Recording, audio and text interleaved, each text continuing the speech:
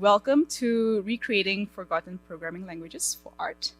I'm your host for today. My name is Sher Minn, and my pronouns are she and her. Sher Minn is a little bit of a weird first name. It's got 2 words in it, and there's a space in between.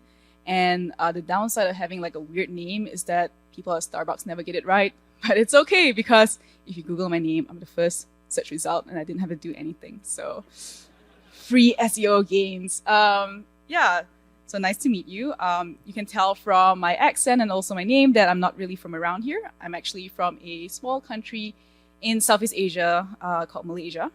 But I actually now live in New York City, where I first moved to attend something called the Recurse Center. And it's a programmers retreat in New York City. If you have not heard of it before, it's completely free. And it's a place where you can go to spend either 1, 6, or 12 weeks to rediscover the joy of programming. It's completely self-directed. You can do whatever you want as long as you're programming. And I always plug them at the beginning of my talks because they're the reason why I'm here today. They give me the space to explore lots of creative programming. And so if that sounds really interesting to you, you should definitely go check it out, Recurse Center. Yeah. And as you can tell from the title of the talk, I love 2 things, programming and art. So during the day, my day job is as a senior web platform engineer. And at night, I like making art, and that sometimes involves drawing comics or just doodling. And I like combining these 2 things, programming and art, together. It's mostly used to create something called computer art, which is a really broad term. And I like to define it as any art in which computers play a role in the production or the display of the artwork. And if you think of computer art today, when I mention it, a lot of people think about Photoshop or Illustrator or like 3D graphics or games, AR, VR art, or machine learning art. That's what we think of today. But for the talk I'm about to give, we're going to be really focusing on the birth of computer art. So I'm going to give you a little bit of a crash course of computer art history, some of the interesting things that I've learned about it. And we're specifically going to focus on the era of the 1950s to 1970s. The reason being, this was when computer graphics were first becoming a thing, when computers were first getting advanced enough that you could use them to create graphics and visuals, and of course, create art. Before we talk about computer art, we first need to talk about what computers were like back then. And the reason why we have to is because context really matters when we are talking about art. As I show you the pieces later on, I want you to think about who were the people who were making these pieces of art, what kind of technologies did they have available to them, and why were they making it. And it's really easy to look at these pieces, and because they were made good 60, 70 years ago, the graphics are not going to be very sophisticated, and it's easy to dismiss it. But if you keep in mind what was available back then in terms of technology and also intentions, they become really interesting. So context really matters, and I hope to provide you with a little bit of it before we start. So computers, back then, were really large. They would take up entire rooms. And here's an example of a popular computer that was introduced in 1959 for a very affordable price of $3 million. Today, you can buy a computer for less than $3,000. And if you account for inflation, this would cost about $30 million today. So computers were really expensive, and the only people that could afford them were research facilities or universities or militaries. So they were not really accessible or affordable, and that really limited the kind of people that had access to them. In order to interface with a computer, most of the time you would have to work with punch cards. And what you would do is that you have to type out your code onto punch cards, get a little stack of punch cards that describe your program, and run it. So like a typical workflow would be like, okay, you go to the computer center, look up documentation on paper, type it out, and you get like a stack of punch cards. And then you take it to the little man behind the door, and then 5 minutes later, magically, you get a drawing back. So most people wouldn't even really interface with the computer much. They would just have someone run it for them. And if you think 5 minutes is a long time to wait for something to run, you might have to wait like a day or 2 if someone else's program was running. There was like one computer, and you got to wait for your turn. So if you ever get impatient waiting for your program to build, think about this. Yeah, and output devices were really limited, but very interesting. So they were line printers. I'll talk a little bit more about this, but this will be the most common form of output. You print your output onto paper and then carry it around with you. there were cathode ray tubes or CRT displays, which were not unlike the TV sets that you have in the 80s and 90s. So this might look a little familiar. And then you had something really interesting called microfilm plotters or electronic plotters. And here's an example of one, the Stromberg-Carlson 4020 microfilm recorder. And the way that it worked is kind of similar to how a CRT display would work, but instead of displaying like the graphics onto a screen, it would expose it onto microfilm, which is a small format film, which you can then print a series of and use it to animate. And we'll talk a little bit more about this later. There's also mechanical plotters that were basically drawing robots that had a pen on a robot arm that can move across a surface of a paper. And this is really great for drawing graphics that had very intricate line-based vector graphics. And so you can tell from the kinds of output devices that were available that computers were really mainly used for scientific and mathematical applications. These were not devices that were designed to make splashy graphics. And that was because that was what computers were mostly used for by researchers, academics, and the military. Boeing was actually a real pioneer in computer graphics, and they actually coined the term computer graphics itself. They would use it, and I think this was in the mid-60s, to simulate the positioning of pilots within a cockpit to assist with plane designs. This is this is cutting edge at the time. I think this is from 1963. They would use computer graphics to simulate landings of flights, and the first ever airport that was simulated was the Seattle-Tacoma Airport. Bell Labs was another hotbed of computer graphics research, and they actually made one of the very first computer-generated films. And I'm going to show it to you. And it's here. It's super cute. It's a simulation of a 2-gyrogravity gradient attitude control system by Izajak, made in 1963.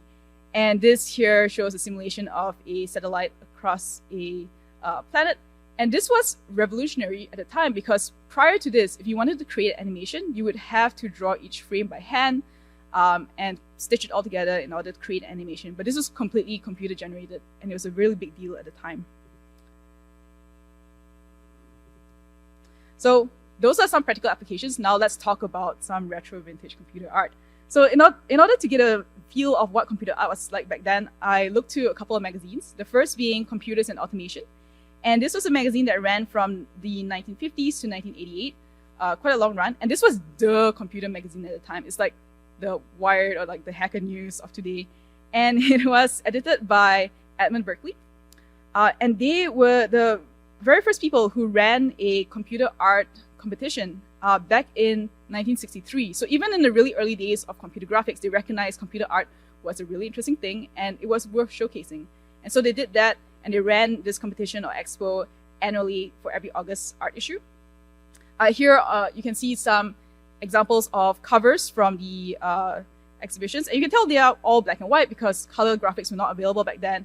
A lot of it was geometric, line-based, also very abstract. The art computer art competition was directed by a woman named Grace C. Hartline, who was a educator at the California State University, who was herself an established computer artist and a pioneer in the field. And she ran it for a good 19 years, I believe. So Hartline actually went on to publish another magazine that was the magazine for computer graphics and art, and it was solely dedicated to the field. And this is a really great magazine if you want to get an idea of what cutting-edge graphics were like back then.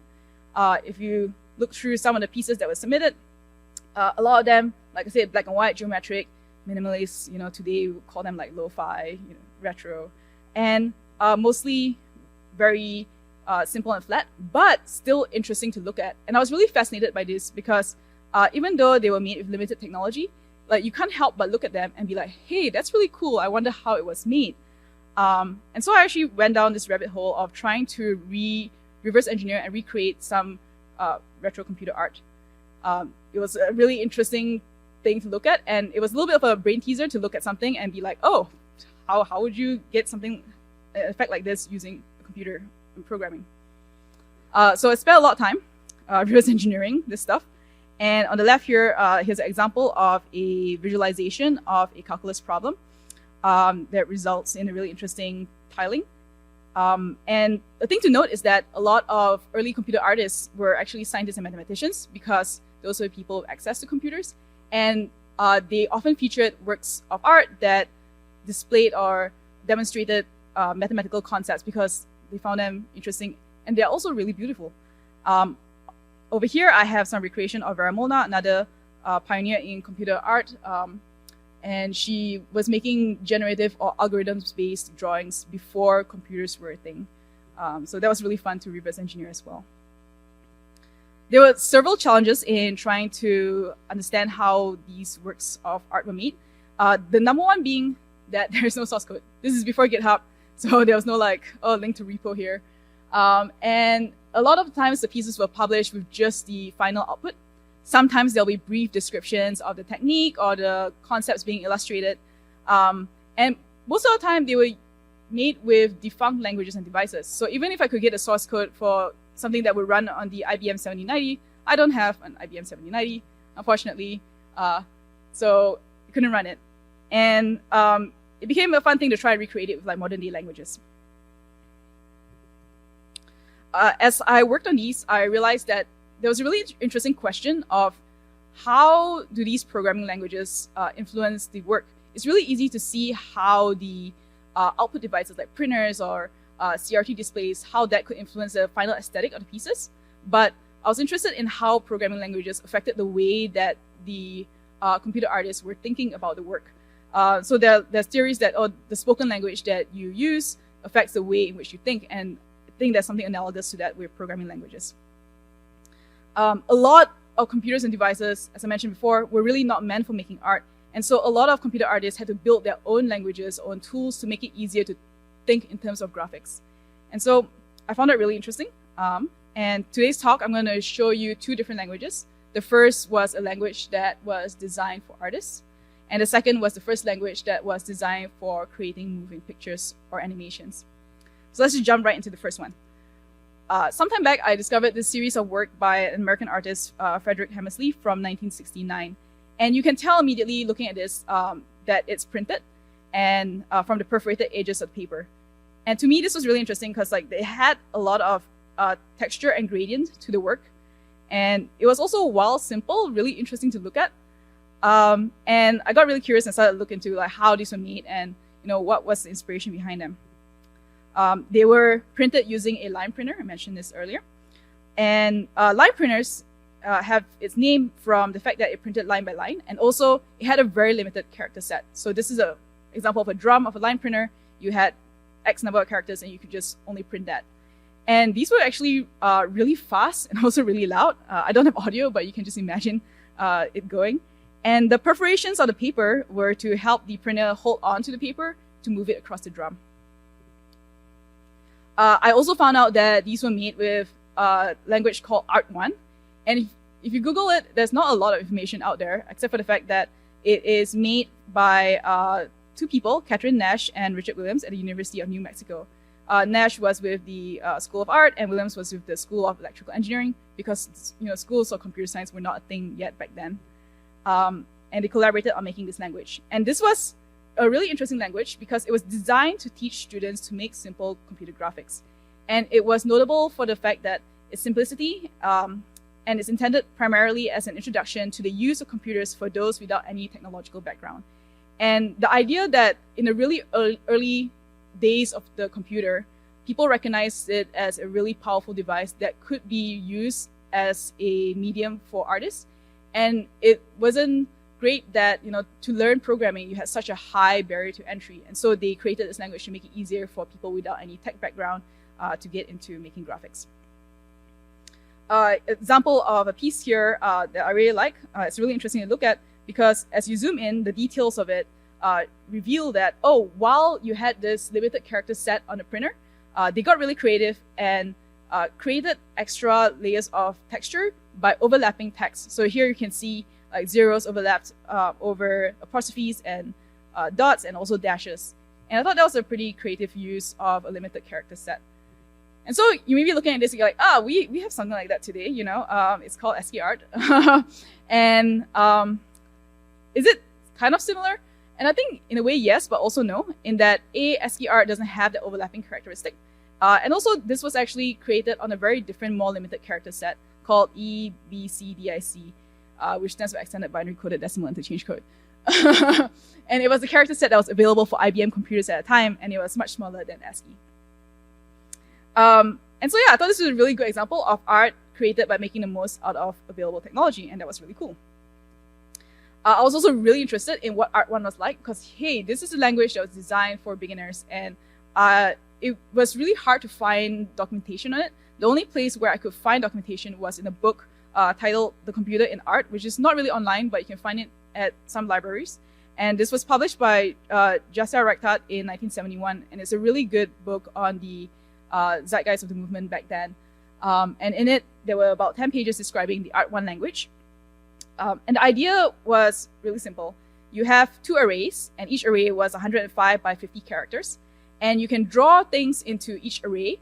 And later on, as it was output, they would print one array over the other. What can you draw in these arrays? So there are literally 7 drawing subroutines. You could draw 7 different types of things: lines, solid rectangles, open rectangles, triangles, ellipses, quadrants, which were mirrors of each quadrant, and exponential curves. And the documentation for drawing a line looked like this, and it was pretty straightforward. You would say which row and column you want your line to start at, and also how many columns and lines it would traverse. And you also say which array you wanted to draw this in, and also what character to draw this line with. So with that 10 pages documentation, I have no idea how the underlying mechanics were implemented. I made a little implementation of it with JavaScript. I could have written an interpreter for it, but I decided to use JavaScript because I like the language, and also this was the easier route. So real talk. I ran into several problems. The first being, I don't own a printer. And today's printers don't really quite work the same as line printers. So the solution to that was to, okay, what's the next best thing that I have that is free and cheap and works kind of like a printer? And I was like, the terminal. It outputs text. It has a limited character set. You could output it line by line. Good enough. It's free. And the problem with the terminal is that it's not really meant for creating overlapping text. Unless you use a library like ncurses, it doesn't really have an easy way to overlay text upon one another, because that's not what you usually do. And so I was like, okay, fine. What can I do with my existing character set? And I decided to get a little bit creative with it. So the character set we have on most computers today is the Unicode. And Unicode, turns out, has a series of characters called diacritical marks, which are used to add accents onto single width characters. And the way it is work is that, let's say you have a single character, and if you would like to add an accent to it, you add a Unicode diacritical mark, and that would add a little accent on your character, but still keep the width to a single character. And I was like, yes, kind of overlapping. I'll take it. And so I'm going to show you a little demo of like what that overlapping feature looks like. So let's see. There we go. Oh no, don't look at my really messy desktop. Okay, there we go. All right, so let's say here I have a little program that I have some setup code here, and it's going to render a little grid of 20 by 12 characters, and I'm drawing a square of 4 by 4 in the middle here. If I wanted to create an overlapping square, all I gotta do is draw another rectangle, and instead of rendering like a character like this particular square here is rendering the small o character, I'm rendering a diacritical Unicode character here, which is a little square-like thing I'll show you in a bit. And if I have that, it creates an interesting overlapping effect. And you can do this with any of the diacritical marks and get really interesting, fun effects. So that's a gist of how that looks like.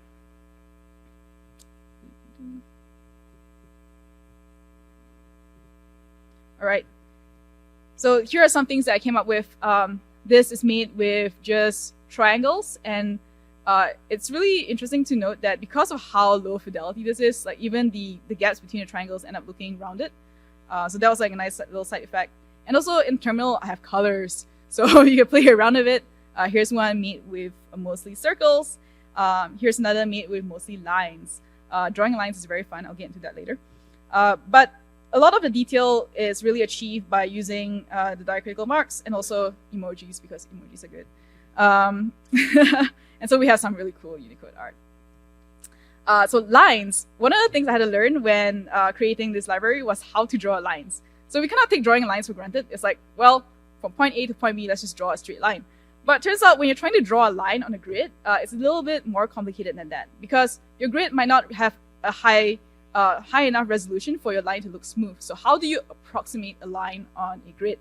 And for this, I used something called the Bressenheim's line drawing algorithm, which was first implemented in 1962. And there have since been other line drawing algorithms, but they were invented later in the decades. And I was like, oh, 1962, it's period appropriate, let's use this.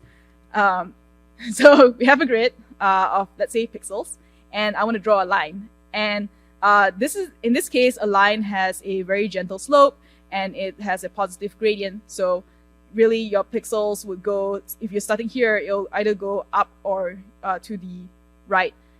And in order to approximate this, what you would do is that you would start at a point, any point where you want your line to start. And because of the slope of this line, you can really only go in two directions. Either you go to the right or you go up by one.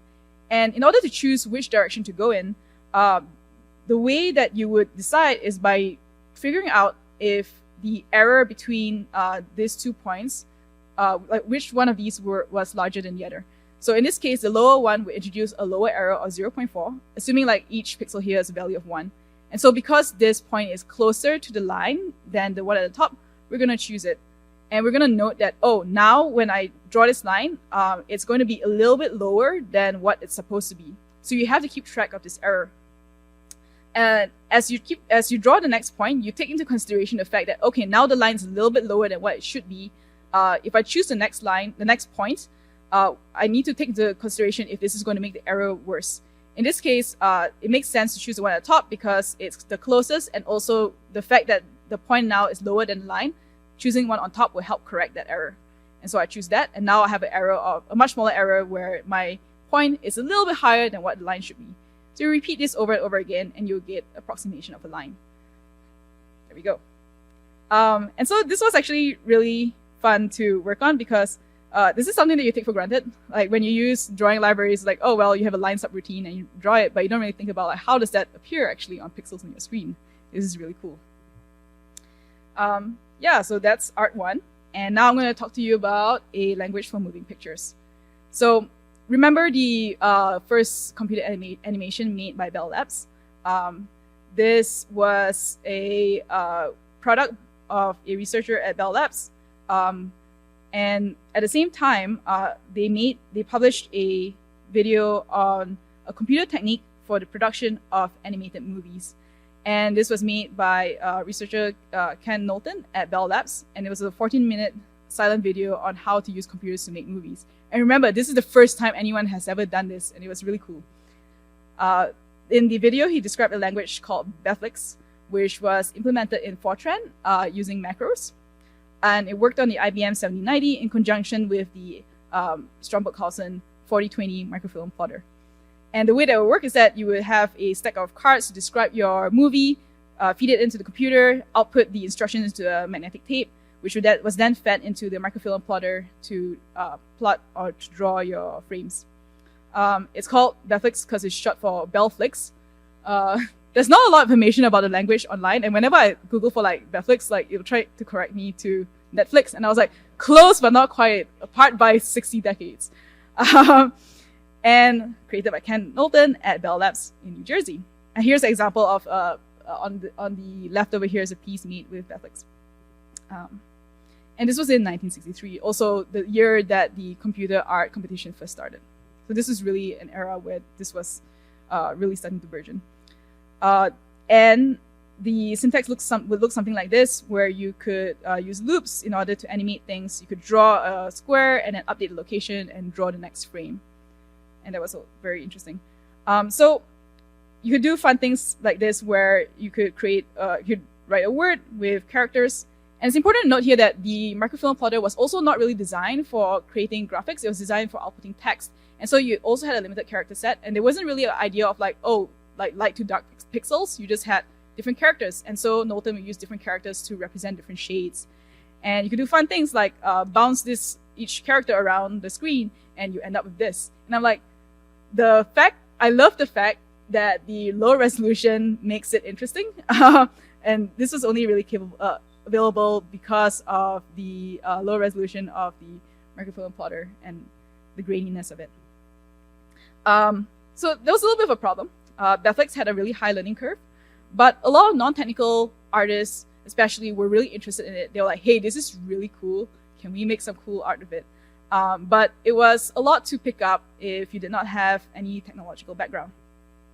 To counter that, Knowlton actually worked with artists in residence at Bell Labs to create a new language called Explore. And Explore is kind of interesting and weird, and I'm going to tell you a little bit about it. It was actually made with artistic intentions in mind. And so if you see on the left here, there's a piece from a August issue of Computers and Automation that won the first place in the computer art contest that was made with Explore, created by artist Lillian Schwartz with Ken Knowlton. I'll talk a little bit more about her later. And Explore was interesting because it was a probabilistic language and it was transliteration based. And I'll talk about these two things in a little bit. The way it worked was that you had a grid of 340 by 240 cells in which you could add values to the cells. The values could be 0 to 9 or A to Z. And you could map those values to color. So in this case, there'll be a command for you to map values 0 to 4 to white pixels or light pixels, and 5 to 9 to black, and A, B, C, X, Y, Z to twinkles. And twinkles were pixels that would either be black or white on the frame, depending at the randomness of a 50-50. And also if you look at this command, you see here a little extra part here with open paren and comma P. And this was a probabilistic indicator. And this was a really interesting feature of the language. So the probabilistic indicator would tell the computer how likely this line should be run. So if you run something at a rate of like 1 out of 1 times, it will always run it. But you can also run it at a probability of like 1 over 16. Or you could say, oh, run this every 4th time, or every 8th time through, flip a coin and decide. Or except for the 50th, 100th, etc. time, do it. And so you had this really interesting controls on determining the probability of something being run. So randomness was really baked into the language, which is something that I haven't really seen before. It also had an interesting feature of changing values by transliteration. So transliteration is a mouthful. And it's the idea that you have a lookup table over here that looks something like this, where you say, oh, map values A to B and values C to D. And the way to read this one command is that for each cell, with the probabilistic indicator of 2, 1, for every other time this line is reached, choose about 1/3 of the cells. And if it has a value A, map it to B. If it has a value C, map it to D. You can also do really complicated conditions for when to transliterate. So for example, you could say, you could use adjacency condition transliteration. And this is a lot. I'm going to break it down, which basically says, oh, for each cell, with a probability of 1 over 4, if there are exactly 2, 3, or 4 neighbors in a cell in a north, east, south, or west positions of that cell, whose value is either A, B, C, or D, then, with a probability of about like 1/5, update the current cell of the value of 5 to 6, and 7 to 8. And so I was reading this and I was like, okay, that's interesting and all, but what can you do with this? Like, why would you want these features? And it turns out having randomness and transliteration baked in is really cool for simulating natural phenomena. So here's an example of the simulation of expanding fringe visual phosphenes. And visual phosphenes are a weird thing that happens when, for example, when you close your eyes and you press your fingers on your eyelids, you see like flashes of light. And they were trying to simulate this phenomena. And if you see the instructions over here, they're mostly transliteration instructions and just 6 lines. And how it worked was it would scatter a random number of nuclei around the grid. And for each nuclei, it would expand over time. And at every point, each part of the fringe had a probability of becoming a new nuclei. And so it would grow and create this pattern of simulation. You could also simulate regular and irregular snowflake crystallization. Instead of a square grid, Explore also had a hex mode, which was a grid on a hexagonal grid. And also using the same transliteration instructions, you could simulate the growth pattern of snowflakes. And I thought this was really cool because it's not a lot of lines of code, even though they were a little hard to understand.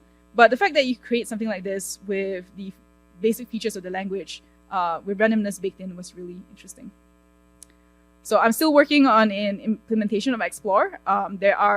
There's not a lot of documentation on Explore available either. There are 2 papers on it, and I'm working off those. So if you're interested in finding out more, or if you would like to take a crack at it, come talk to me. I'm super happy to talk to you about it. I want to share with you, before we close, a work by Lillian Schwartz, which was a pioneer of computer art at Bell Labs, who worked really closely with Knowlton on the Explore language, who really pushed the boundaries of it.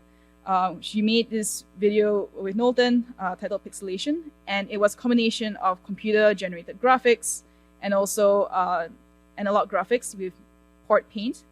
And I highly recommend watching this on Vimeo. There's a link to the source there because there is a soundtrack and it's really cool. And yeah, this is like one of the earliest pieces of computer animation art. So I want to talk a little bit about why computer art history, like why bother learning about it? Why am I giving this talk? Why am I telling you all about this stuff? Apart from the fact it's really interesting, I think there is a little bit of an unfortunate phenomenon in tech where we are constantly focused on what's new and what's hot and what's, the next shiny thing, that we don't really talk about the history of it. As I was learning all this stuff, I realized that we never really learned this in school or even, anywhere. And yet there were a lot of really interesting things being done, interesting work being done. And a lot of it was also, it was relevant at the time, but I think it's also still relevant today. And it's really hard to know where to go if you don't know where you've been, if you don't know what other people have tried. And learning about like Art 1 and BEFLIX and Explore and understanding that, it's really important to have languages that are accessible was, that's still really a thing that is relevant today. And so it's really interesting to look back at what has been tried out and where we've come from and have a lot more appreciation for where we are today because of that. In one of the papers that described the Art 1 language, the co-authors mentioned that the program was given the name Art 1 not only to signify that there may be an Art 2, but also to symbolize the fruitful interactions of the arts and technology are legion. There may be, at some day, an Art 1000. And while there was an Art 2, they did actually make an Art 2, there is no Art 1000. But I like to think that we kind of got there. And there are languages out here today that kind of represent that. So processing, P5, open frameworks, like all languages that were designed to make it easy for you to create graphics that were beginner friendly. And I think the creators of Art 1 would have been really happy to see where we've come from and where we've gotten to today. So that's really cool. And that's all I have for you. Thank you so much for coming to this talk. I'm really glad that you decided to attend. And I have my contact details here if you'd like to keep in touch. Or if you found that interesting and you have anything to share, I'll be hanging around this room here for the next talk as well, and also for a little bit during lunchtime. So I would really love to meet you if you would like to come say hi. But yeah, otherwise find me on Twitter or email. Thank you so much.